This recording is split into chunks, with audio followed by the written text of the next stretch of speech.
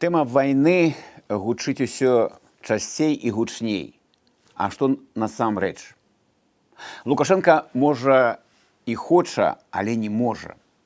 Калі хтосьці сёння кажа, што Лукашенко ніколі не хацеў вайны супраць Украины, то... Я уже когда-то сказал, мы, если и придем с севера к вам, я хочу, чтобы это военные некоторые услышали в Украине, то мы придем на комбайнах, тракторах, на троллейбусах и автобусах. Мы никогда не придем к вам на танках. Вы сейчас можете повторить, что с территории Беларуси россияне к нам не придут? Никогда. Спасибо. Тем более с оружием. То дастаткова узгадаць люты 22-го. Расійскія танкі ж не самі па сабе паехалі на Кіеў з беларускай тэрыторыі. Для гэтага патрэбна была згода беларускага рэжыма. Да, с территории Беларуси отдельные части пересекли границу Украины. Магчыма, тады ў Лукашенка і сапраўды былі нейкія свае ілюзіі. Магчыма, яму таксама мроіўся хуткі захоп Кіева, парад пераможцаў на Хрышчаціку, дзе побач з Путиным будзе стаяць і ён. 4 февраля в интервью Соловьеву за несколько недель до войны вы сказали, что в случае войны России и Украины все продлится 3-4 дня, цитирую, там некому будет воевать. Ну, это так образно было сказано, там 3-4 дня. Ну, мало времени надо будет для того, чтобы Украина взяла Киев.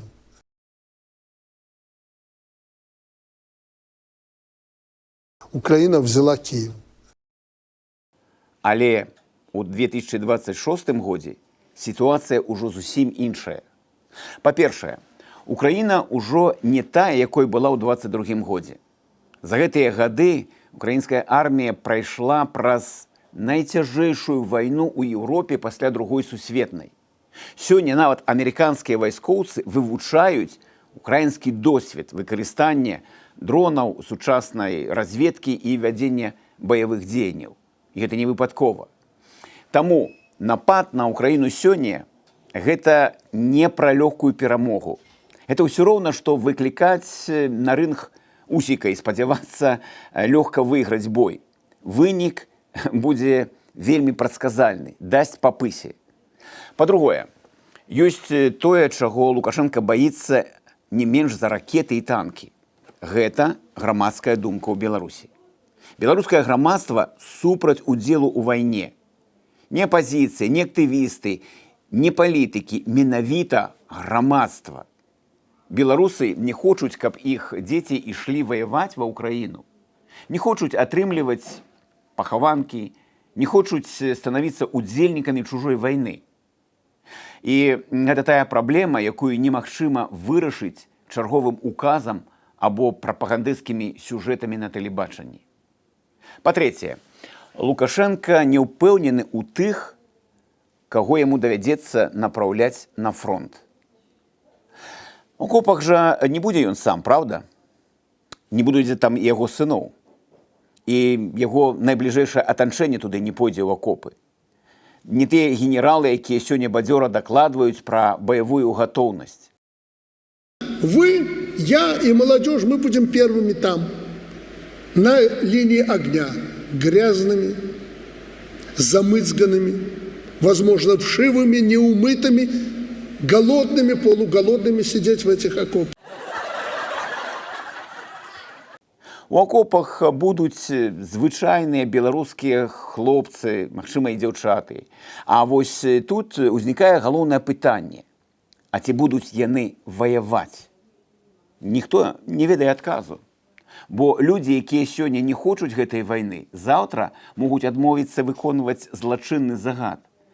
Альбо могуць проста перайсці на іншы бок, могуць далучыцца да беларускіх добраахвотніцкіх падраздзяленняў. Могуць проста не зрабіць таго, чаго ад іх чакаюць генералы і Лукашенко. І менавіта гэтага сцэнару Лукашенко баіцца больш за ўсё. Бо для аўтарытарнага кіраўніка вайна заўсёды нясе не толькі знешнюю пагрозу, але і ўнутраную. Праз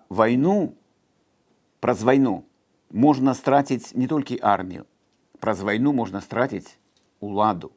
Менавіта таму ўсе дыктатары ў нейкі момант пачынаюць падазраваць усіх вакол сябе: ахоўніка, кіроўцу, повара, чыноўніка недзе там у райвыканкаме, генерала ў штабе.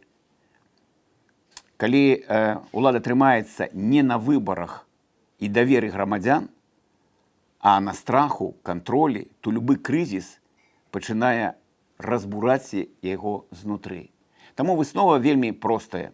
Лукашенко можа хацець удзелу ў вайне, але сёння ён ужо не ўпэўнены, што здольны яе пачаць без рызыкі страціць тое, што для яго галоўнае – уласную уладу. І таму галоўная формула выглядае так: можа і хоча, але не можа.